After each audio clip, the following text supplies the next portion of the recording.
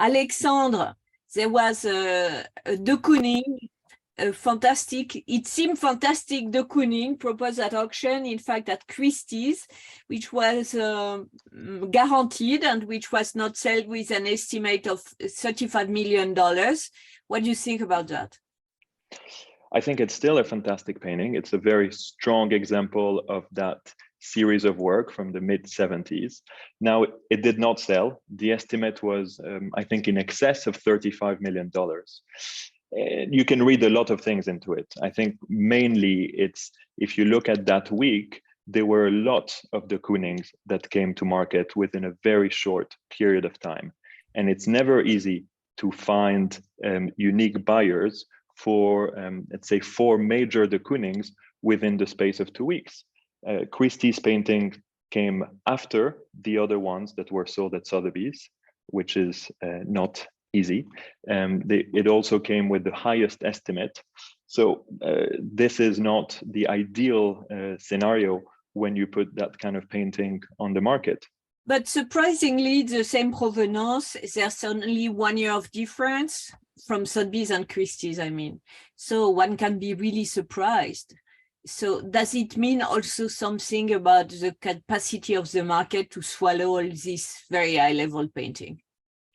To some extent, yes. I mean, it's not like there's 10, 15 buyers of de Kooning within that specific week that don't have that kind of work already in their collection.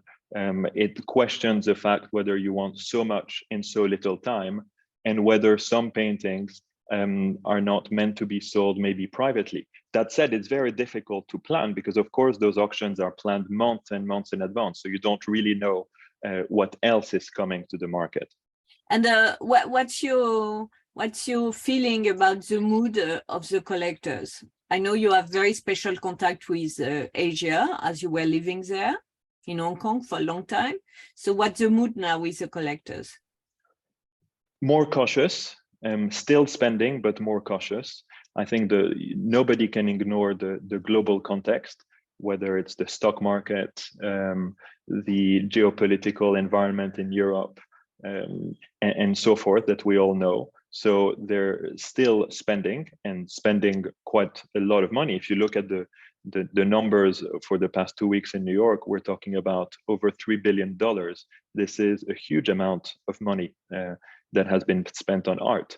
But inevitably, when you think about that context, you look more carefully. But don't you have the feelings that the auction houses are always pushing further the prices of the art, and it's a bit too much? They're doing their job. Isn't that the lesson of the result of this season? I think all in all, they've done a very good job when you look at the results. There's been a few disappointments, but that's, I think, inevitable. And I think it's kind of their role to push it to some extent. There are lessons to be learned. I don't have the numbers, but there's quite a lot of lots that went to the guarantors, probably more than the previous season. Were all guarantors very happy? I don't know, but that's something that they will probably have to deal with. So there are lessons to be learned, but I don't think that the market is down or just in a bad shape, as we sometimes hear.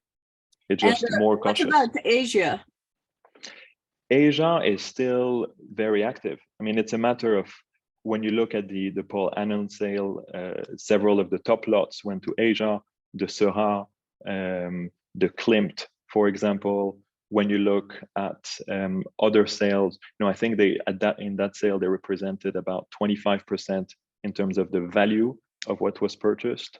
If you look at other sales, it's about the same numbers, if I'm not incorrect, call it a third. So they're still active, whether it's on the younger parts of the market, and we saw that in the Sotheby's now auction, or even at the top end. I think it's been reported that the Mondrian, for example, went to Asia. So it's quite broad. There are still new buyers, and they're very active. Bon, merci beaucoup.